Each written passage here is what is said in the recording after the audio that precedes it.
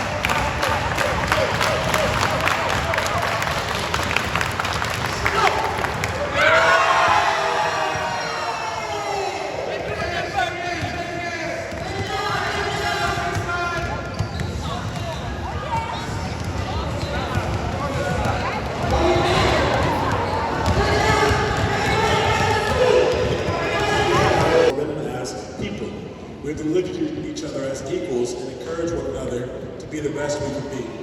And at the end of the day, all of you here have to improve in one way or the other, right? So, look to the person to your left and look to the person to your right. Male and female. We have to help each other out and make sure that not only we each are encouraging one another, but we're each making each other better. And that's what we did today, and I'm happy you guys competed. And even if you think about at the end, we had two females who won who were in the championship. So let's just go ahead and give them a round of applause.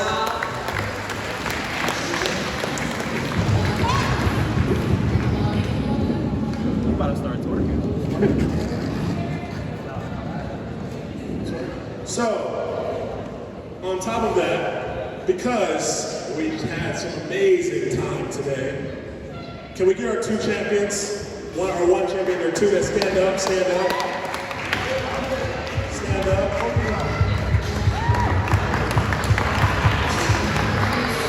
I would like to invite you both to the game on Sunday. I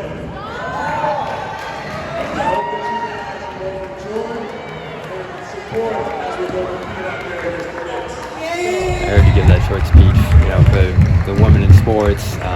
That's always been a big deal for you, it feels like, and I know you've got a great relationship with your mom, and you know, the WNBA sweatshirts, everything you do on that front.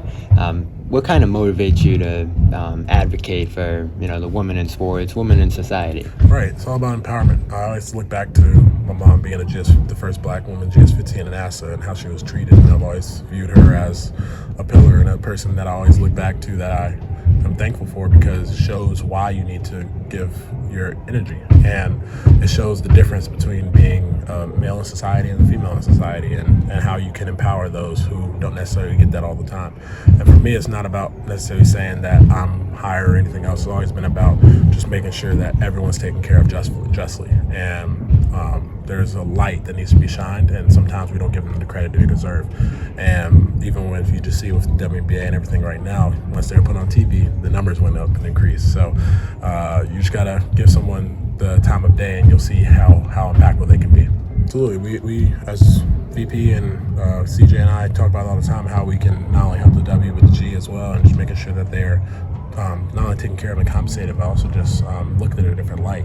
They're professional athletes, and sometimes we don't even think of them in that way, and we disrespect them at times. And I've always said you have to give respect to earn it yourself, and people in the community have to realize when they've never even seen a W game, you can't really comment on it. It's similar how if you don't know, you're not a neuroscientist, it's tough to comment on the brain, right? So I've always been huge on just give an opportunity, give that step, and try something new, and you'll learn that there's many different great things that you can find. Not everything's about dunking the basketball. Not everything's about. It's all about seeing the skill of basketball and seeing it grow as a game, both for both male and female athletes.